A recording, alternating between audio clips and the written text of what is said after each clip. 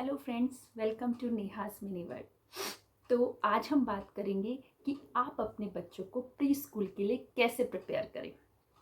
तो इसके लिए हमें सबसे पहले 3 चीज़ों पर फोकस करना है। सबसे पहली चीज़ है ओरल लर्निंग, सेकंड है आपका ऑब्जेक्ट आइडेंटिफिकेशन और थर्ड है आपका कलरिंग। ठीक है, आपको उसमें टॉपिक्स क्या होने हैं, क्या होने चाहिए?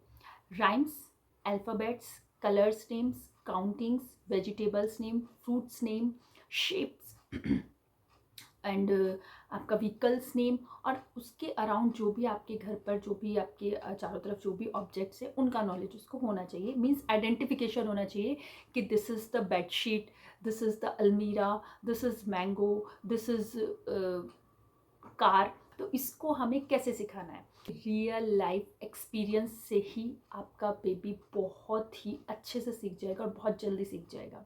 आप अपने रूम में बैठे हैं, there are so many colours in your room, तो आप उसको वहाँ पर इंट्रोड्यूस कराइए। This is red colour, this is black colour, this is blue colour. नहीं, उसको क्वेश्चन किया, ठीक है, पहले आपने उसको बताया, देन यू विल आस्क कि I told you this is red, तो then he will reply.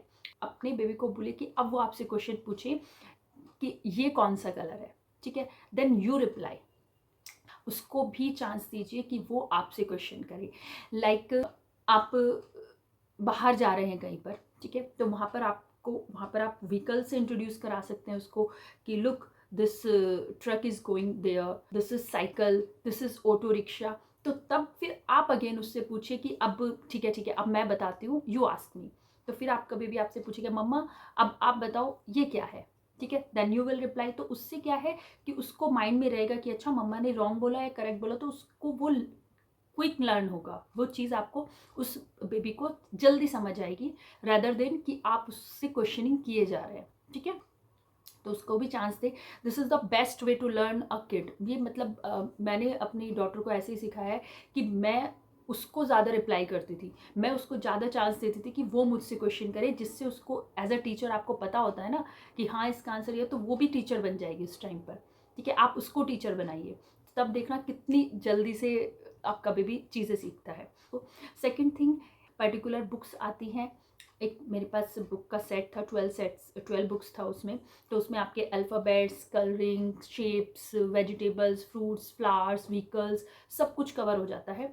But मैं आपको सजेस्ट करूँगी कि आप जो भी बुक परचेज करें उसमें रियल पिक्चर्स होनी चाहिए। जो एनिमेटेड या इस तरह की पिक्चर्स आती है वो ना लें, जिससे वो आइडेंटिफाई क्लियरली कर पाए। जो उसने बाहर सीखा है वो फिर घर पर आकर भी उसको अच्छे से उसको समझ में आ जाए कि हाँ this is the this thing. ठीक है, सेकेंड थिंग आती है अब राइम्स। आप अपने बच्चों को टीवी दिखाते हैं, ऑब्वियसली दिखाते ही होंगे, फ़ोन्स भी देते होंगे। वैसे तो मैं बिल्कुल उसके अगेंस्ट हूँ कि आपको देना ही नहीं है, बिल्कुल भी नहीं देना, बट स्टिल उनको 30 minutes, maximum time is 30 minutes, कि आप उससे ज़्यादा ना दें। और उस 30 मिनट्स को भी you have to divide in 10 minutes, कि आपने 10 मिनट्स मॉर्निंग में आपने दे दिया है उसको फ़ोन, या फ़ोन तो मत दीजिए, फ़ोन तो देना ही नहीं है, फ़ोन में मत दिखाएं कुछ भी। तो आप उसको टीवी पर प्ले करें the same thing, try to play the same rhyme again and again. ठीक है, आपने कुछ पर्टिकुलर 5-6 राइम्स आप प्ले कर रहे हो या 10 राइम्स, जो भी आप पर्टिकुलर एक वीडियोस उसके लिए प्ले कर रहे हो 10 मिनट्स के लिए, 20 मिनट्स के लिए, तो आप उसको रिपीट बेस पर करें। आप उसको रिपीट करते रहें कि आपने आज जो राइम आज आपने प्ले की है वही राइम आपको नेक्स्ट डे प्ले करनी है। आप अदर वीडियोस पे, अदर कंटेंट पर मत जाइए। उसको सॉन्ग्स या मूवीज़ या फिर ये कार्टून्स दिखाने से अच्छा है कि आप लर्निंग बेसिस आप कंटेंट उसमें प्ले करें। तो ज़्यादा टाइम नहीं लगेगा, लेकिन थोड़ा सा एफर्ट तो आपको भी करना पड़ेगा ना। ऐसा नहीं है कि आपने उस पर छोड़ दिया, अरे टीवी चला के छोड़ा है और ठीक है सीख जाएगा, मैम ने ऐसे बोला है, नहीं, ऐसा नहीं।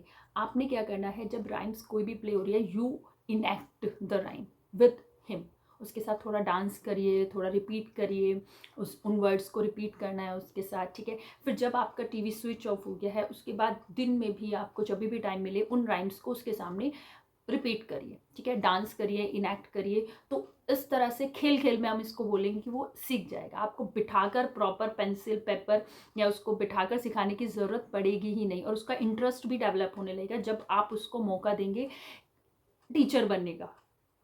आप समझते हो ना कि जो बच्चा है आपको देखकर वो चाहता है मैं भी ऐसे ही बिहेव करूं, है ना। आपकी मम्मा, मतलब मेरी मम्मा जैसे बिहेव कर रही है मेरे साथ, तो मुझे भी उनके साथ वैसे ही बिहेव करना है। तो जब आप उसको वो मौका देंगे कि अब आप मम्मा बन जाओ और मैं बेबी बन जाता हूँ, तब देखना कितनी क्विकली वो सीखेगा। ठीक है, तो सेम प्रोसेस से आपको ये सारे के सारे टॉपिक्स कवर करने हैं। Next thing is colouring. आप उसको कोई पर्टिकुलर आपने बैठा कर नहीं सिखाना है, कोई राइटिंग नहीं सिखानी है अभी आपको। हाँ, राइटिंग में आप एक तो वो स्क्रिबलिंग जो होता है वो तो करते ही हैं बच्चे, कलर लिया। जो आप कलर्स ले रहे हैं, जो भी क्रियॉन्स ले रहे हैं, कोई पेंसिल कलर्स ना लीजिए। क्रियॉन्स आते हैं थोड़े थिक आते हैं, मोटे वाले क्रियॉन्स आते हैं, यूज़ दैट क्रियॉन्स। ठीक है, फर्स्ट थिंग तो ये हो गई। उसके बाद अगर उसको आपने कलरिंग करने के लिए दिया है तो if you are giving any big object, तो उसको सिर्फ इतना थोड़ा सा गाइड कीजिए कि जो लाइंस हैं, ये जो इमेज है, इससे बाहर ना जाए, उसके अंदर ही उसने कलरिंग करनी है। जो भी वो कर रहा है, do inside in only. Scribbling से हमारा क्या मोटिव है? मोटिव ये है कि जो उसकी मसल्स हैं वो स्ट्रॉन्ग हमने करनी है, जिससे जब वो राइटिंग स्टार्ट करे तो उसकी मसल्स स्ट्रॉन्ग रहे, वो जो पेंसिल है उसको अच्छे से होल्ड कर पाए, लिख पाए। तो उसके लिए हमें उसको प्रैक्टिस करानी है स्क्रिबलिंग के लिए। ठीक है, आप सिंपली कोई भी कलर दीजिए, कुछ भी उसके हैंड में दीजिए और उसके साथ बैठ जाइए। ये नहीं उसको दे दिया और आप अपने काम में लग गए, नहीं, कम से कम 5-10 मिनट 15 मिनट्स उसके साथ बैठिए, उसके साथ ट्राई कीजिए। फिर देखना जब आप जो आप करेंगे वो भी उसको करने की कोशिश करेगा, या फिर अगर वो उसको नहीं कॉपी कर रहा है तो आप उसका कॉपी स्टार्ट कीजिए। जो वो बना रहा है, try to make the same thing.